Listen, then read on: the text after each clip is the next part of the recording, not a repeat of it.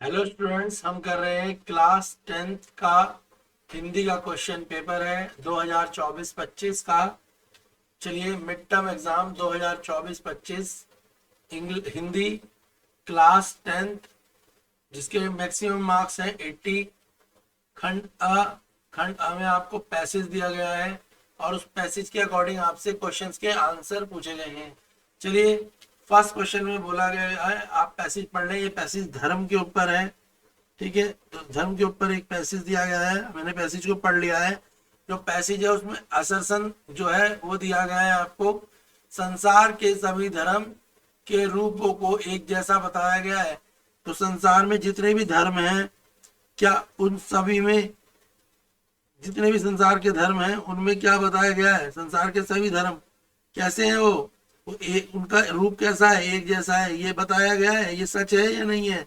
तो ये सत्य है, यानी इसका असर्शन ट्रू है। और इसका रीजन है सभी धर्मों में प्रेम और उदारता का महत्व देने के कारण। तो ये भी सत्य है कि सभी धर्मों में प्रेम और उदारता के महत्व दिया गया है, यानी सभी धर्मों में बताया गया है कि हमें एक दूसरे के साथ प्रेम और उदारता का भाव रखना चाहिए। तो जो इसका असर्शन है और इसका रीजन है, दोनों ही ट्रू है। और रीजन जो है वो असर्शन को करेक्ट एक्सप्लेन करता है, जिसके कारण इसका ऑप्शन सी होगा, क्योंकि ए भी सही है, आर भी सही है और सही व्याख्या है। तो इसका आंसर है ऑप्शन सी। क्लियर है? नेक्स्ट देखते हैं। नेक्स्ट पूछा है, सभी प्राणियों में समानता दिखाई देने का आधार है। तो हमने जो ये पढ़ा, जो हमने अभी ये प्रसंग पढ़ा है, उसके हिसाब से बोला गया है सभी प्राणियों में समानता दिखाई देने का क्या आधार है। जो हम सभी प्राणियों में समानता देखते हैं वो किस आधार पर देखते हैं? सभी का रंग रूप एक है, तो रंग रूप तो सबका अलग अलग होता है। सभी खाते पीते हैं तो खान पान भी अलग अलग होता है। सभी मिलकर रहते हैं, ये सत्य नहीं है। मगर आत्मा तथा एक जैसा रक्त के आधार पर, तो सभी में क्या आत्मा कैसी होती है? सभी के अंदर आत्मा, सब में आत्मा एक जैसी होती है और सबका रक्त का कलर कैसा होता है? लाल होता है। तो इसका सही आंसर है फोर्थ, जो हमने वो पढ़ा उसके हिसाब से इसका आंसर क्या होगा? फोर्थ होगा, यानी आंसर हो जाएगा ख। कथन फोर सही है। थर्ड में पूछा है, धर्म संसार के प्रति कैसा भाव निहित करता है। तो जो धर्म होता है वो संसार के प्रति कैसा भाव रखता है? तो सद्भावना का भाव रखता है। धर्म जो है हमें क्या सिखाता है? धर्म हमें सद्भावना सिखाता है। इसके बाद जो उसका फोर्थ पार्ट है उसमें बोला है संसार को किसने बनाया है। जो फोर्थ पार्ट है उसमें बोला है संसार को किसने बनाया है। तो इसका जो आंसर है, इसका आंसर है बेटा आपका, संसार को किसने बनाया है का जो आंसर है वो होगा आपका।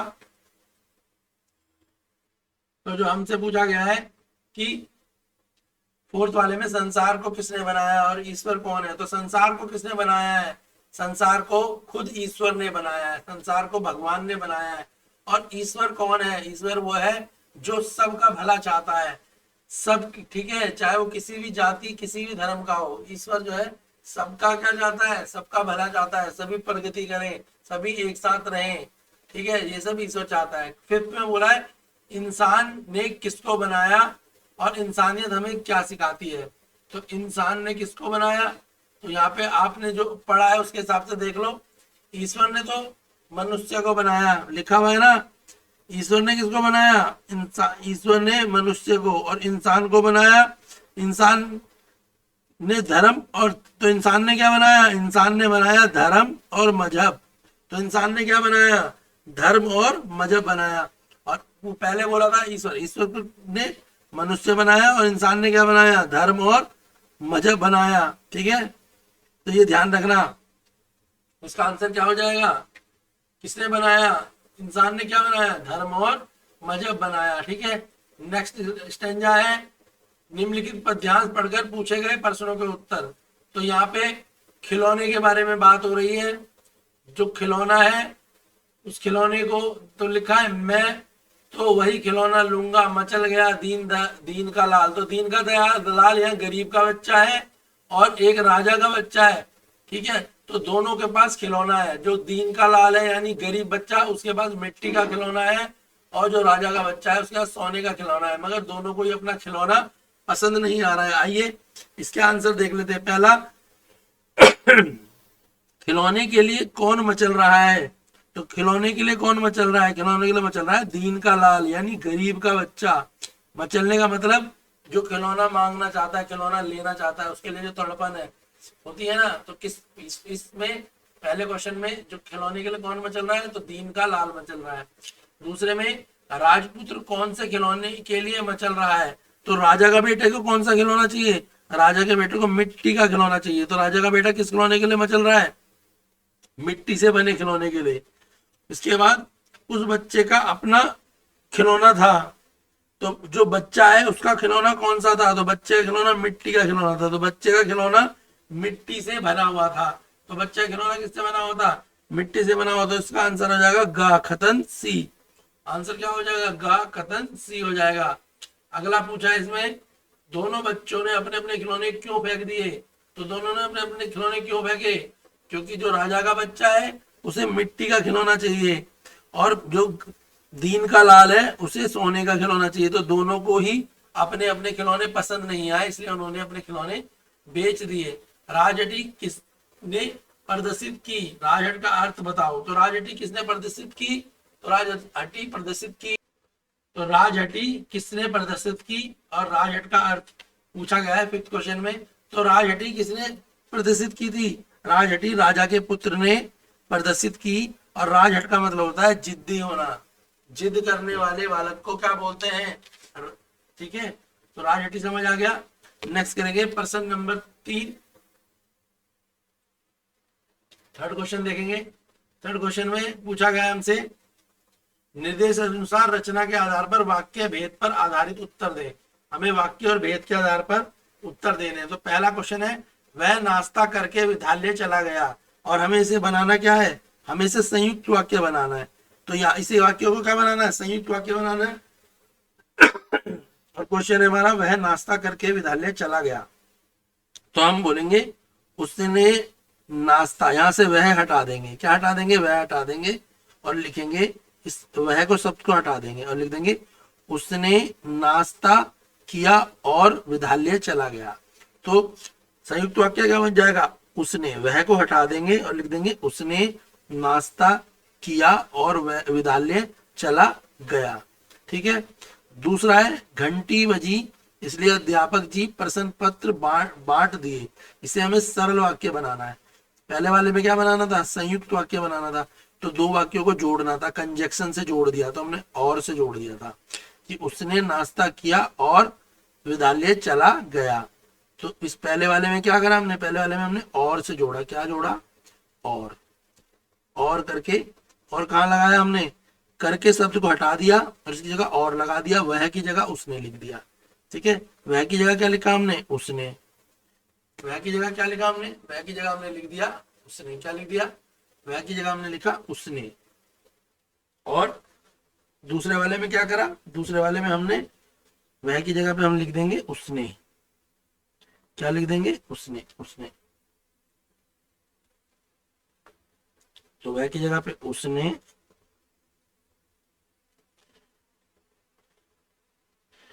उसने नाश्ता किया और विद्यालय चला गया। दूसरा, घंटी बजी इसलिए अध्यापक जी प्रश्न पत्र बांट दिए। सरल वाक्य बनाना है, तो इसमें इसलिए शब्द को हटा देंगे, ये वाला शब्द हटा देंगे और लिख देंगे घंटी बजी अध्यापक जी ने प्रश्न पत्र बांट दिया। तो घंटी बजी अध्यापक जी ने प्रश्न पत्र बांट दिया, इसलिए शब्द को यहाँ से हटा देंगे। तीसरा है, तीसरे में बनाना है हमें मिश्र वाक्य। क्वेश्चन है हमारे पास, वर्षा हुई और गर्मी से थोड़ी राहत मिली। तो हम इसमें लिख देंगे ज्यों। ज्यों वर्षा हुई, त्यों, ज्यों वर्षा हुई त्यों गर्मी से थोड़ी राहत मिली। ज्यों वर्षा हुई त्यों गर्मी से थोड़ी राहत मिली। और शब्द यहां से हटा देंगे। क्या करेंगे? और शब्द को हटा देंगे। या हम इसे ऐसे भी लिख सकते हैं, दूसरा तरीका भी है ऐसे लिखने का मिश्रित वाक्य को। और हम इसको ऐसे भी लिख सकते हैं, अगर हमें ज्यों और त्यों समझ नहीं आ रहा तो हम ऐसे भी लिख सकते हैं। इसमें क्या लिख सकते हैं? हम लिख सकते हैं जब वर्षा हुई तो हम ये भी लिख सकते हैं, ज्यों की जगह ये भी लिख सकते हैं, जब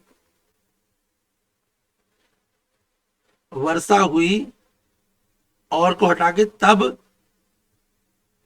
गर्मी से थोड़ी राहत मिली। तो फिर क्या लिखेंगे अब, जब वर्षा हुई तब गर्मी से थोड़ी राहत मिली। तो और शब्द को हटा देंगे और की जगह लिख देंगे तब। क्या लिख देंगे, तब। क्लियर है।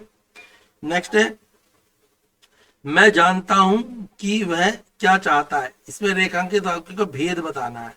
ठीक है, तो क्या बताना है, इसमें भेद बताना है। तो देखो इसका भेद क्या होगा बेटा, इसमें होगा आपका, तो जो फोर्थ है इसमें पूछा है हमसे, मैं जानता हूं कि वह क्या चाहता है। तो ये कैसा, इसमें पूछा है कि आपको उपवाक्य बताना है और इसका भेद बताना है।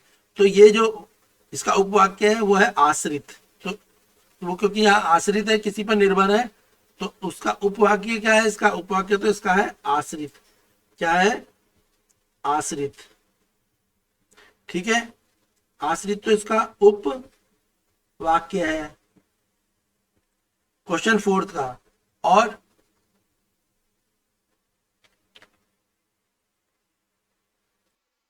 तो जो फोर्थ है, फोर्थ में हमसे पूछा है मैं जानता हूं कि वह क्या चाहता है। तो ये जो इसका उपवाक्य है वो आश्रित उपवाक्य है और आश्रित उपवाक्य का ये संज्ञा उपवाक्य है। पांचवें में पूछा है ब्राह्मण या ब्राह्मण वेद का पाठ कर सकते हैं। तो ठीक है, तो ब्राह्मण जो वेद का पाठ कर सकते हैं, तो कौन सा है ये सरल वाक्य है। ठीक है, तो ये क्या है, इसका भेद क्या है, इसका भेद है सरल वाक्य है। क्लियर है। नेक्स्ट करते हैं क्वेश्चन फोर्थ। तो क्वेश्चन फोर्थ में देखेंगे हम, क्वेश्चन फोर्थ में जो हमसे पूछा गया है वो है, यहाँ पे हमसे वाक्य बदलने के लिए पूछा गया है। क्या पूछा गया है कि वाक्य बदले। तो पहला है, उन्होंने बाजार से दुपट्टा खरीदा। तो इसका हमें पैसिव वॉइस बनाना है, हिंदी में कर्म वाक्य बनाना है। तो उन्होंने बाजार से दुपट्टा खरीदा, तो इसका हम बनाएंगे, उनके द्वारा बाजार से दुपट्टा खरीदा गया। दूसरा है, पक्षी उड़ते हैं। तो इसका हम बनाएंगे, पक्षियों से उड़ा जाता है। तो इसमें क्या बनाना है, भाववाच्य में बदलना है ना, पक्षी उड़ते हैं। तो हम इसका भाववाच्य क्या बनाएंगे, पक्षियों से उड़ा जाता है। तीसरा है, सोहन द्वारा सुंदर कविता लिखी गई। कृतवाच्य में बदलना है, तो इसका कृतवाच्य क्या होगा, सोहन सुंदर कविता लिखता है। जो फोर्थ है उसमें पूछा है, रीमा चित्र बनाती है। तो हम इसको लिख देंगे, रीमा द्वारा चित्र बनाया जाता है। और पांचवें में पूछा है, अध्यापक ने बच्चों को पढ़ाया। तो ये क्या है, ये कृतवाच्य है। तो वाक्य की पहचान करने को बोला है, तो ये कौन सा वाक्य है, ये कृतवाच्य वाक्य है। ठीक है, अब नेक्स्ट करते हैं क्वेश्चन फिफ्थ। तो क्वेश्चन जो फिफ्थ है उसमें बोला है, पद परिचय के हिसाब से हमें पद परिचय के हिसाब से बताना है। तो पहले में बोला है, राहुल हवाई जहाज से मुंबई गया। रेखांकित पद का परिचय देना है। तो इसमें जो पद है वो क्या है, वो है हवाई जहाज। तो रेखांकित क्या करेंगे हम, हवाई जहाज। तो हवाई जहाज क्या है, ये जातिवाचक संज्ञा है। हवाई जहाज क्या है, ये जातिवाचक संज्ञा है और एक वचन कारक है। तो एक वचन करण कारक है। दूसरे में, किसान खेत जोत रहा है। तो इसमें क्या है, इसमें पद परिचय है खेत जोत, खेत जोत रहा है। तो क्या है भाई, तो इसमें जो पद परिचय होगा वो क्या होगा, जो पद परिचय होगा जोत रहा है। क्या होगा, जोत रहा है। तो ये संयुक्त क्रिया है, पुल्लिंग एक वचन है। तीसरे में पूछा है, परिश्रमी व्यक्ति कभी असफल नहीं होता। तो इसमें बोला है, परिश्रमी जो है इसमें क्या होगा, परिश्रमी होगा। परिश्रमी क्या है, गुणवाचक विशेषण है, एक वचन पुल्लिंग है। क्या है ये, गुणवाचक विशेषण एक वचन पुल्लिंग है। इसके बाद नेक्स्ट में पूछा है, उसने फिर कोई शरारत नहीं की। तो इसमें जो पद परिचय है वो क्या है, वो है उसने। और ये एक निजवाचक सर्वनाम है, एक वचन कर्ता कारक। और नेक्स्ट है फिफ्थ, उसमें पूछा गंगा हिमालय से निकलती है। तो इसमें क्या है, गंगा है। और गंगा क्या है, गंगा एक व्यक्तिवाचक संज्ञा है, स्त्रीलिंग एक वचन अपादान कारक है। इसके बाद क्वेश्चन सिक्स में अलंकारों के बारे में पूछा है। अलंकार पर आधारित प्रश्नों को उत्तर देने चार। पहला है, एक साथ रघु ने पैरों से चाप अविकल। एक साथ रघु ने पैरों से चाप अविकल। तो ये क्या है, ये अतिशयोक्ति अलंकार है। इसमें भगवान श्री राम के बारे में काफी ज्यादा बड़ा चढ़ाकर बोला गया है, ठीक है ना। तो एक साथ रघु ने पैरों की चाप अविकल पितृदत्त सिंहासन और सकल अर्जुन, तो ये अलंकार कौन सा है, ये है अतिशयोक्ति अलंकार है। दूसरे में बोला है, दूसरा कौन सा है, उपमा अलंकार का एक उदाहरण बताना है। तो उपमा अलंकार का उदाहरण आप लिख सकते हैं, क्या हो सकता है भाई उपमा अलंकार का उदाहरण। तो उपमा का जो उदाहरण है बेटा हो सकता है आपका, तो हम उपमा का उदाहरण दे सकते हैं कि हरिपद कोमल कमल से, ये एक अच्छा उदाहरण हो सकता है कि हरिपद कोमल कमल से, ये उपमा का उदाहरण हो सकता है। तीसरा पूछा है, तीसरे में पूछा है मेघाए बड़ बंठन के सवर के, तो यहाँ पे बंठन के, तो बंठन के किसको दिखाता है, ये मानवीकरण अलंकार है।